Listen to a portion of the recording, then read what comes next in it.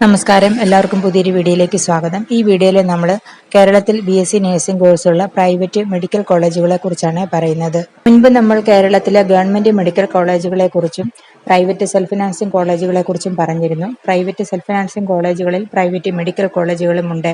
ഈ വീഡിയോയിൽ നമ്മൾ പ്രൈവറ്റ് മെഡിക്കൽ കോളേജുകൾ മാത്രമാണ് ഉൾപ്പെടുത്തിയിരിക്കുന്നത്. ഈ കോളേജുകളിൽ BSc നഴ്സിംഗിന് അഡ്മിഷൻ ലഭിക്കുന്നതിന് LBSന്റെ വെബ്സൈറ്റിലൂടെയും AIMS FNCK എന്ന ക്രിസ്ത്യൻ മാനേജ്മെന്റ് അസോസിയേഷന്റെ വെബ്സൈറ്റിലൂടെയും അപ്ലൈ ചെയ്യണം.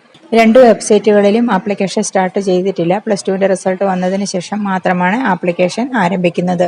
LBSൽ 2024 ഫിസിക്സ്, കെമിസ്ട്രി, ബയോളജി എന്നിവയ്ക്ക് 95% മാർക്കിന് മുകളിൽ ഉണ്ടായിരുന്ന കുട്ടികൾക്കാണ് ഈ കോളേജുകളിൽ അഡ്മിഷൻ ലഭിച്ചത്. SC/ST വിഭാഗത്തിലുള്ള കുട്ടികൾക്ക് കുറച്ച് മാർക്ക് കുറഞ്ഞ കുട്ടികൾക്കും അഡ്മിഷൻ ലഭിച്ചിരുന്നു. ക്രിസ്ത്യൻ മാനേജ്മെന്റ് അസോസിയേഷനായ AIMS FNCKയിലും 95% മാർക്കിന് മുകളിലുള്ള കുട്ടികൾക്കാണ് അഡ്മിഷൻ ലഭിച്ചത്. ഇത് പ്രൈവറ്റ് മെഡിക്കൽ കോളേജുകളുടെ ലിസ്റ്റാണ്. ഈ കോളേജുകളിൽ അഡ്മിഷൻ ലഭിക്കുന്ന കുട്ടികൾക്ക് വളരെ നല്ല ക്ലിനിക്കൽ എക്സ്പീരിയൻസ് ആണ് ലഭിക്കുന്നത്. LBSന്റെ വെബ്സൈറ്റിലൂടെ ഈ കോളേജുകളിൽ അഡ്മിഷൻ ലഭിച്ചാൽ SC/ST OEC ഫിഷർമാൻ കാറ്റഗറിയിലുള്ള കുട്ടികൾക്ക് ഫീസിൽ കൺസെഷൻ ഉണ്ട്. അവർക്ക് ഗ്രാൻസ് സ്കോളർഷിപ്പ് ലഭിക്കും. ജനറൽ, OBC, EWC വിഭാഗത്തിലുള്ള കുട്ടികൾക്ക് ഫീസ് കൺസെഷൻ ലഭിക്കുകയില്ല. അവർക്ക് സ്കോളർഷിപ്പ് ലഭിക്കുകയില്ല. അവർ 4 വർഷവും ഫീസ് മുഴുവനും നൽകേണ്ടതായിട്ടുണ്ട്. ക്രിസ്ത്യൻ മാനേജ്മെന്റ് അസോസിയേഷനായ AIMS FNCKയിലൂടെ ഈ കോളേജുകളിൽ അഡ്മിഷൻ ലഭിക്കുന്ന കുട്ടികൾക്ക് എല്ലാ വിഭാഗത്തിലുമുള്ള കുട്ടികളും മുഴുവൻ ഫീസും നൽകണം. ആർക്കും ഫീസ് കൺസെഷൻ ലഭിക്കുകയില്ല, സ്കോളർഷിപ്പും ലഭിക്കുകയില്ല. BSc നഴ്സിംഗിന്റെ ആപ്ലിക്കേഷൻ സ്റ്റാർട്ട് ചെയ്തു കഴിയുമ്പോൾ LBSന്റെ കോളേജ് ഓപ്ഷൻ രജിസ്ട്രേഷൻ സമയത്ത് LBSന്റെ ലിസ്റ്റിൽ ഉള്ള കോളേജുകൾ മുഴുവനും നിങ്ങൾക്ക് ഓപ്ഷനായിട്ട് ഉൾപ്പെടുത്താൻ സാധിക്കും. എന്നാൽ AIMS FNCKയുടെ ലിസ്റ്റിൽ ഉൾപ്പെടുന്ന കോളേജുകളിൽ നിന്ന് 15 കോളേജുകൾ മാത്രമാണ് നിങ്ങൾക്ക് ഓപ്ഷനായിട്ട് ഉൾപ്പെടുത്തുവാൻ സാധിക്കുന്നത്. മെഡിക്കൽ കോളേജുകൾ ആയതിനാൽ ഈ കോളേജുകൾ തന്നെയാണ് കേരളത്തിലെ ടോപ്പായിട്ടുള്ള പ്രൈവറ്റ് സെൽഫ് ഫിനാൻസിംഗ് കോളേജുകളും.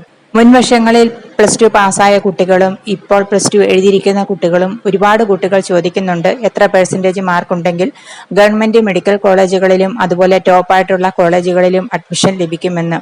2025 റിസൾട്ട് വന്നതിന് ശേഷം LBSന്റെ ആപ്ലിക്കേഷൻ സ്റ്റാർട്ട് ചെയ്ത് അതിന്റെ റാങ്ക് ലിസ്റ്റ് പബ്ലിഷ് ചെയ്തതിനു ശേഷം മാത്രമേ പറയുവാനായിട്ട് സാധിക്കുകയുള്ളൂ. 2024 LBSന്റെ റാങ്ക് ലിസ്റ്റ് പബ്ലിഷ് ചെയ്തപ്പോൾ 2023 റാങ്ക് ലിസ്റ്റിനേക്കാൾ ഒരുപാട് വ്യത്യാസമുള്ളതായിരുന്നു. റാങ്കിൽ ഒരുപാട് വ്യത്യാസം ഉണ്ടായിരുന്നു.